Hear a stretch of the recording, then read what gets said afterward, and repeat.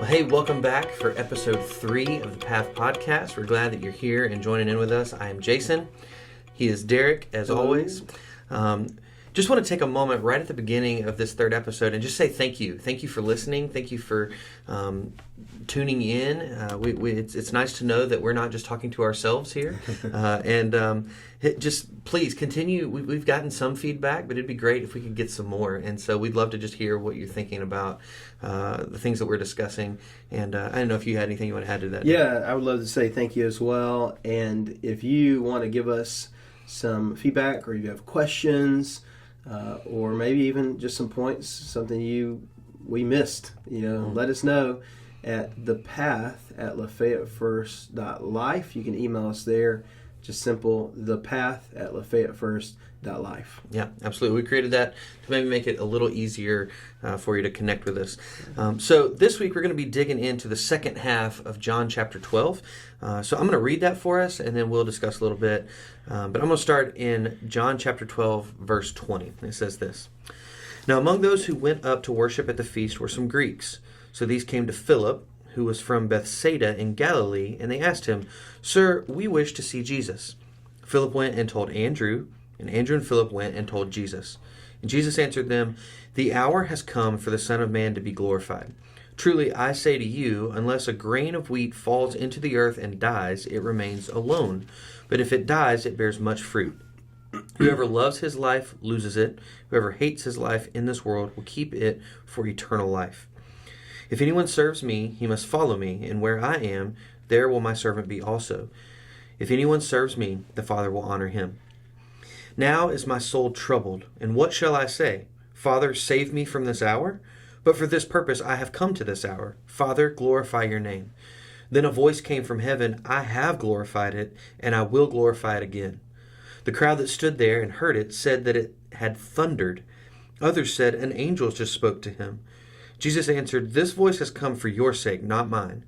Now is the judgment of this world. Now will the ruler of this world be cast out. And I, when I am lifted up from the earth, will draw all people to myself.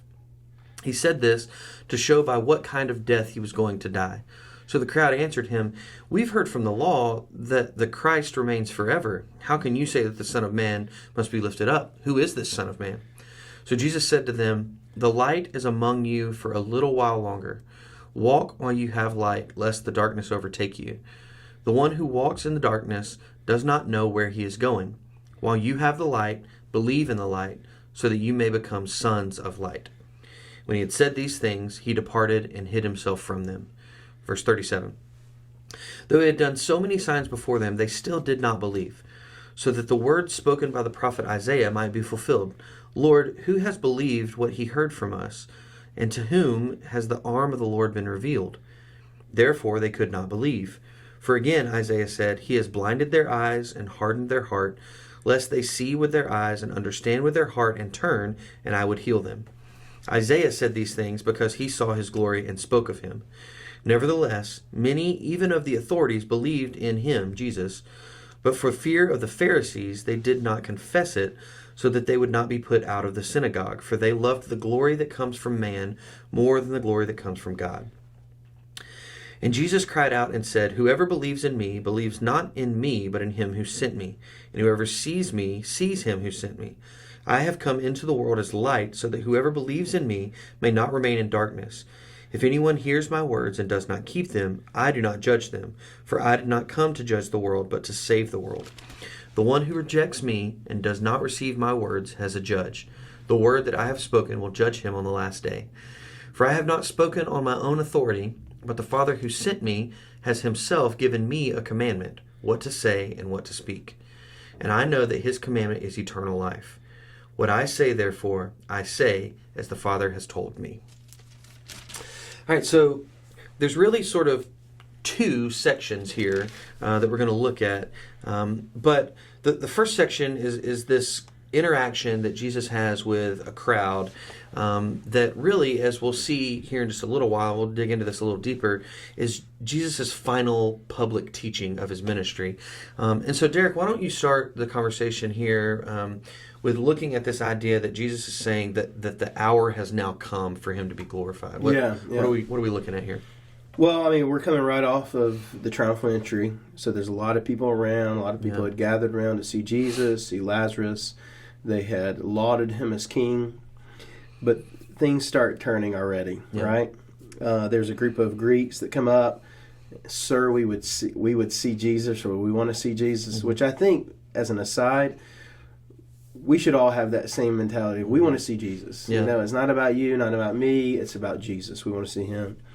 But Jesus recognizes what's happening here. John helps us to see that years later, that Jesus indeed was finalizing his public ministry in these words. So that makes this next little section, this last part of chapter 12, so significant. I mean, think about it. This is John recounting what Jesus' final words were to everyone. Yeah.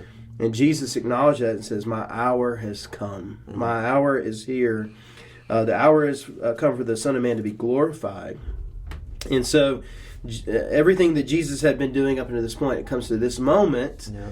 And, we see some significant things here that, we really need to pay attention to and just think of, because this is his final public ministry. Yeah. So, yeah, absolutely. I think we see here that Jesus is sort of making his, if you will, his final plea to the crowds, because after this, that we'll see chapters 13 through 19 really take place over about a 24-hour period. Right. So time really slows down in John's gospel here, where up to this point you've been, kind of jumping through the timeline, where as to now it's going to slow down. And so these final words here are of utmost importance, I think, for us to kind of grasp what Jesus is saying in this final plea to the crowd. So the fact that is there some significance here, you mentioned it, is there some significance here to the fact that these are Greeks who are coming up to want to see Jesus? Yeah, absolutely. So John did not say they were Greek-speaking Jews or Hellenistic Jews. He was saying they were actual Greeks. So they were Gentiles.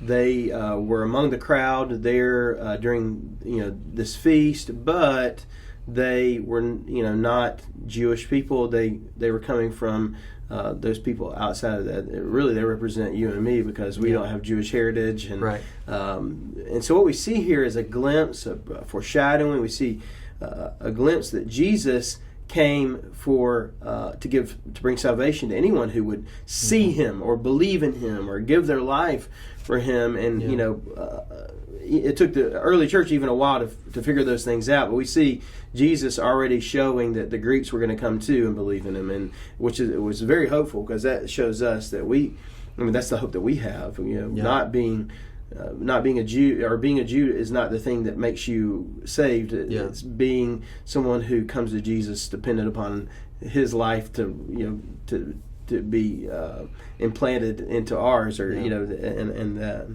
in fact, Jesus actually uses the word, kind of this idea of seeds and planting, and he says that the wheat must die or fall to the ground and die, so that the seeds basically can germinate and bring growth. Well, that's what Jesus was saying, was that he was dying. The hour had come. He was going to die, so that Jews and Greeks, all types of people, would have the opportunity for that seed to be bore into their life and grow in their own life. You know? Yeah, absolutely. I think that it's a significant thing that this is happening at this setting, because think about the scene in Jerusalem at this time. It's the week of Passover, so there's millions of people in Jerusalem now that normally aren't in Jerusalem throughout the year. There's going to be obviously Jews from all over the known world at that point, but then there's also going to be other people who, for whatever reason, are there. Maybe it could have been commerce that brought them there, because all those people will have to eat and buy stuff. It could have been a ton of different reasons, but the fact that there is this very diverse group in Jerusalem, the fact that Jesus is saying, hey, if anyone serves me, he must follow me, and where I am, there my servant will be also.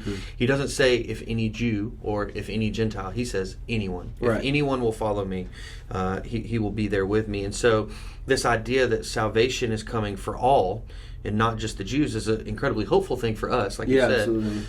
But then I think it's also a very strong statement for those Jewish people that are there as well. Yeah, absolutely. I mean, Jesus is extending that. Probably some of the reason that they were upset with him, or that they didn't like basically their kingdom was ending and his kingdom was coming. They didn't like that. Didn't like that. So it was huge to bear. And really, I mean, Jesus continues saying, the one who loves his life will lose it, but the one who hates his life in this world will keep it for eternal life. He's basically saying, hey, I'm laying my life down so that the seed can spread, so that the life can come. I have to die for that to take place.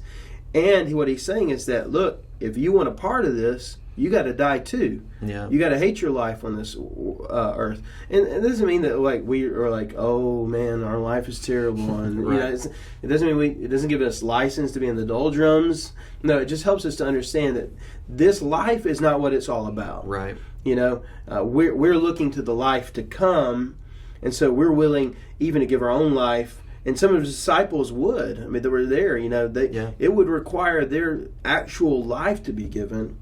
But for you and I, require the thing that is required is for us to love Jesus and his kingdom and the world to come more than we do the kingdom that we have on this earth, or what could be our kingdom or whatever. We've got to lay that to death. Yeah. Even Jesus is whoever's willing to lose his life, Yeah, absolutely. I think it's impressive here to me too that Jesus is reminding. Well, he's probably letting some of the crowd know for the first time, but he's also reminding his disciples that what's about to happen is necessary. Mm-hmm. That I have to go to the cross, even though they don't necessarily know that at this point in the week. But what's about to happen over the next few days has to happen. It's necessary in order for life to come. Because you could see how, or you can understand now on this side of it, looking back, how the disciples would be very confused over the next few days of what's going on. But Jesus is reassuring them, even before it happens, that what's about to happen is necessary. So let's talk for a few moments about what are Jesus' final words of his public ministry, which we really find here in verses 27 through 36. But what do you think is so significant about Jesus' final words here? Well, I mean, John is writing this, some 50, 60 years later from Jesus' ministry. He has a totally different audience, right? Mm-hmm. He's recounting the story of what Jesus had done to help them believe, to help them to understand and believe that. That's what he says at the end of his book, is that I've written all these things so that you would believe. Yeah. And so we have to keep that in mind. John is honing in on these final words. He's kind of helping us see the very last thing that Jesus said to the crowd there. Yeah. So that's huge. I mean, we really need to pay attention to that. We really need to understand, those are significant words. Yeah. And then the words he actually says, if you look at verses 35 and 36, is that the light will be with you only a little longer. Speaking of himself, walk while you have the light so that darkness doesn't overtake you. Mm. The one who walks in the darkness does not know where he's going. While you have the light, believe in the light so that you may become children of the light. Mm-hmm. It's that final plea for us to find our hope, our light, our sight in the only one that we can hope in, Right. Yeah, I think that is massive, because it's this idea that which has been a constant theme through all the Gospels, is the light and dark. Is this idea, and we see it even in Paul's writings, that that Jesus has called us from the kingdom of darkness into the kingdom of his marvelous light. But Jesus making this plea, I think two things for me. It's so encouraging that Jesus wants to have a relationship with us. Right. That he's saying, hey, I want you to come. I want you to be a part of what I have to offer you. Mm-hmm. But then number two, also this idea of urgency. That it's not you're not always going to have the opportunity to move from darkness into light. And so let's talk about for just a second, how does that impact us today in 2020? the fact that there's this sense of urgency that we see even in the first century from Jesus. Yeah. And here we are 2,000 years later almost. How does that impact us today? Sure. Well, I mean, in a similar way, John was telling the same message that was true at Jesus' death, burial, resurrection. Yeah. Was true 80 years later. It's true today. The only hope that we have in this life is really the life to come. The only way that we access the life to come is through the life giver, and that's Jesus. I mean, he came so that people could have life and have it abundantly, not just in this world. But Jesus sees things in a bigger picture. Right. This world is just a blip on a screen of our lives, but he wants us to have abundant life for eternity. And so Jesus, the same urgency that was there that day, there's the same urgency that John was honing in on as he was writing this for the people that he was, the audience he was writing to. And it's the same reason we're doing this podcast. It's the same reason we've given our life and vocation to local church ministry, because we feel like, I certainly feel this way, I think you do too, but we feel like we have a message that needs to go out. That there is hope. Hope can be found. Light can be found in this dark world. But you have to go to Jesus to find it. And eventually that will end. Right. Eventually our lives will end. Jesus' ministry ended. It said after this he went away and hid himself. He stopped his ministry. The light went away. He says you only have the light for a certain time. Eventually it's going to go away. Well, the same thing is true. The light goes out on us when we breathe our last. And our chance is over. And so I think that's important for us to see. Yeah, I agree. I think that it reiterates, I think just in the last couple of weeks, we've seen in the news, in the grand scheme of things, that we're not promised tomorrow.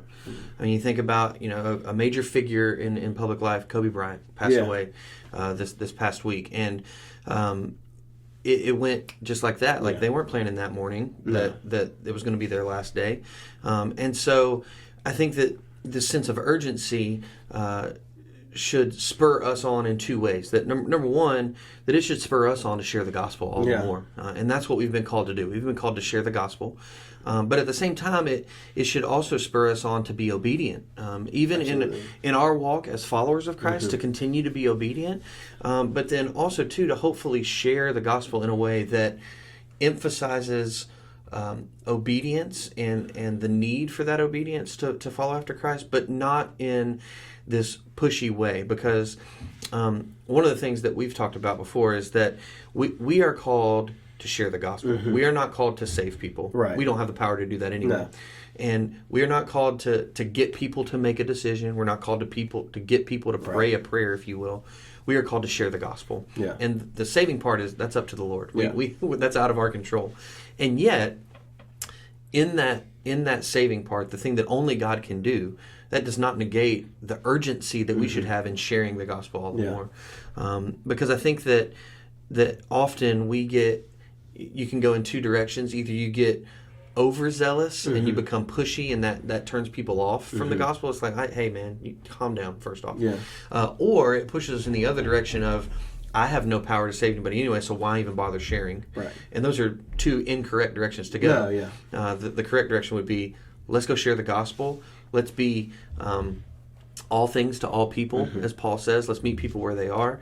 And yet, let's do it with this sense of urgency of, hey, there's going to come a point where you're not going to have the opportunity to respond to this message anymore. And I think we see that because one thing that could potentially be confusing as you're reading through this is that you get to the end of verse 36, and then you say, well, no, that's not the last words of Jesus, because you have more words there's more red letters in my Bible after this, but this is the last of Jesus' public ministry, because once you get over into chapter 13, he's just with his disciples. It's a very small group, and time slows down, as we said, and it's Jesus sort of pouring this last bit of teaching and in-depth direction into this small group of people. Yeah, he's preparing them for the mission they'll have. Absolutely. Once he's gone. Yeah, absolutely, because it's not going to be easy for them in the next few days. Well, I was going to say, like, at the end of chapter 12, in verse 44, we see Jesus speaking again, even in that chapter. Mm-hmm. But this is really John summarizing Jesus' whole ministry for his audience, Yeah. I was going to say something a minute ago, too, talking about the urgency and the need to share.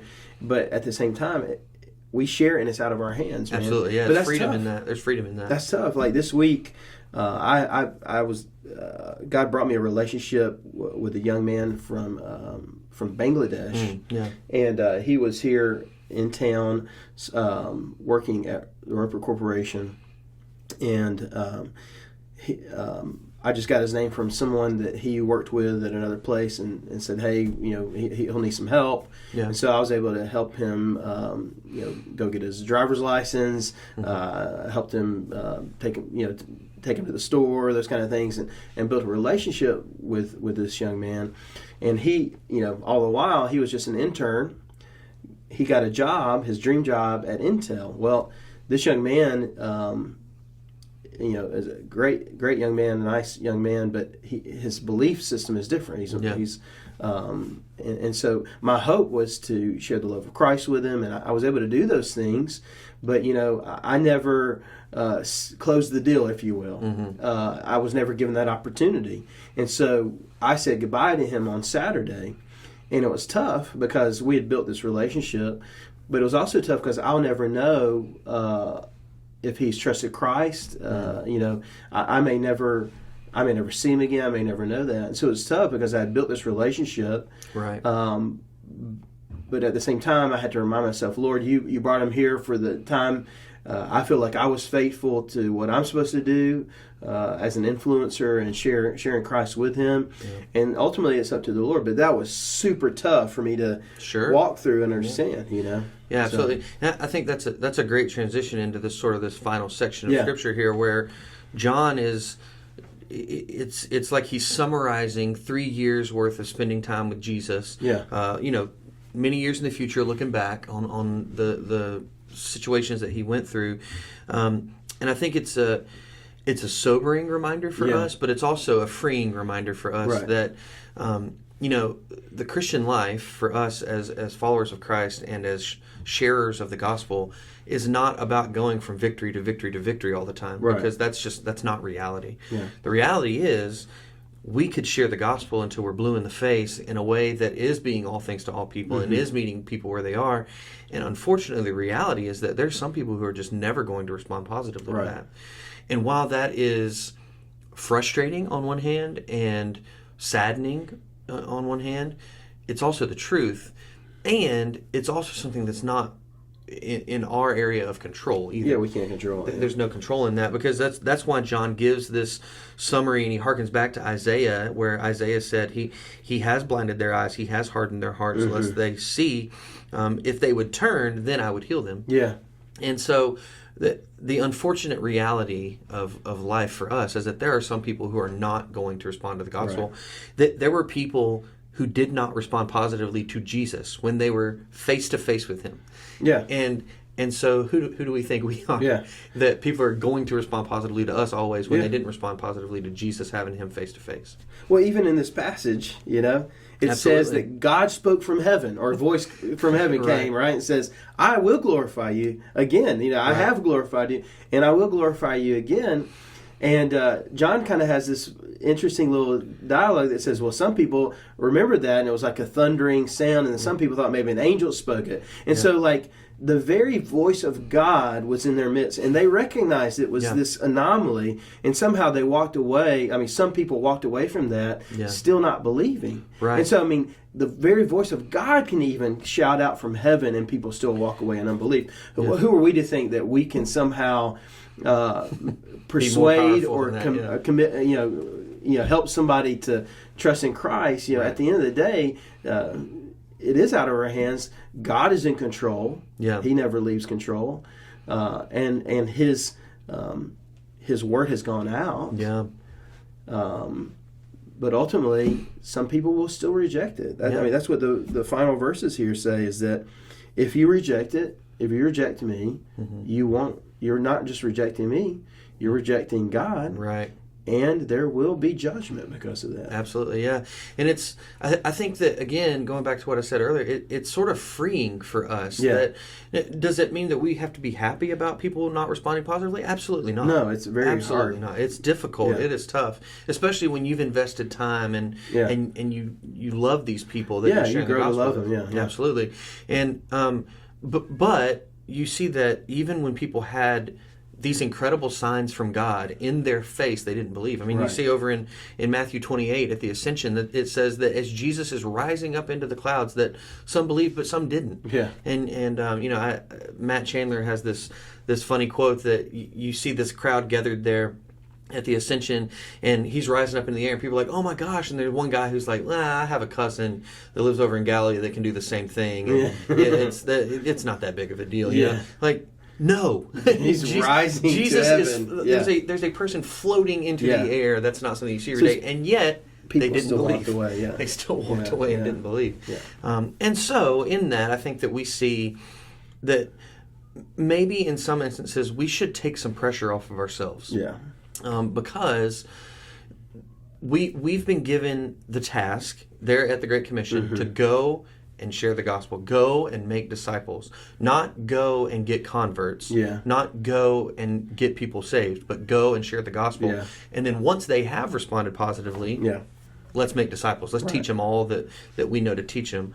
And so I think that you see here in John's sort of concluding commentary from verses 37 through 50 that he's saying, here's, if I had to boil down everything that I heard Jesus say, and you have to remember that John was part of that inner circle, so he heard Jesus say a lot. Oh yeah. And he took a lot of it, or took all of it to heart. But John is saying, if I had to boil what Jesus taught down to a paragraph, here's what I would say. Yeah. You know, believe in me. And if you believe in me, you're not just believing in me, you're believing in God. Yeah. And if you reject me, you're not just rejecting me, you're rejecting God. And as he says here, I'm doing what God the Father told me to do, and that I would suggest that you follow that same teaching, and that you fall into the light, because verse 46 says, "I've come into the world as light, so that whoever believes in me may not remain in darkness." I mean, that's what a better summary of Jesus' ministry, and we'll see as we move forward how that kind of plays itself out in different ways as he teaches more in depth to the disciples. But what would you say to this idea as we start to kind of conclude here about this idea of probably the saying that people have heard before, the same sun that hardens the clay also melts the ice. And this idea that we've been given a mission, but we're not in control of the final result of that mission necessarily. I mean, even with my own experience, this weekend, my hope and my prayer is that the seed that the Lord brought to me. I think there was in this young man. I tried to water, but at the end of the day, God brings the growth. Paul said that, I plant, Apollos waters, but God brings the growth. Yeah. And so, the same sun that hardens the clay is the same one that melts the ice. My prayer is that the ice is melted in this young man's heart. But at the end of the day, that's up to him and the Lord. That's between the two of them, and it's not something I can control. I feel like I've been obedient, and I didn't shirk my responsibility. And I think that's what we all have to do is be obedient to God's word. But at the end of the day, put it in His hands, because it's already in His hands anyway. For sure. And then we just say, Lord, I trust You to do what You need to do. And I think that's how we have to live our entire life, though. Is just say, absolutely, Lord, You're in control here. I'll love You, serve You, live for You, die for You, no matter what.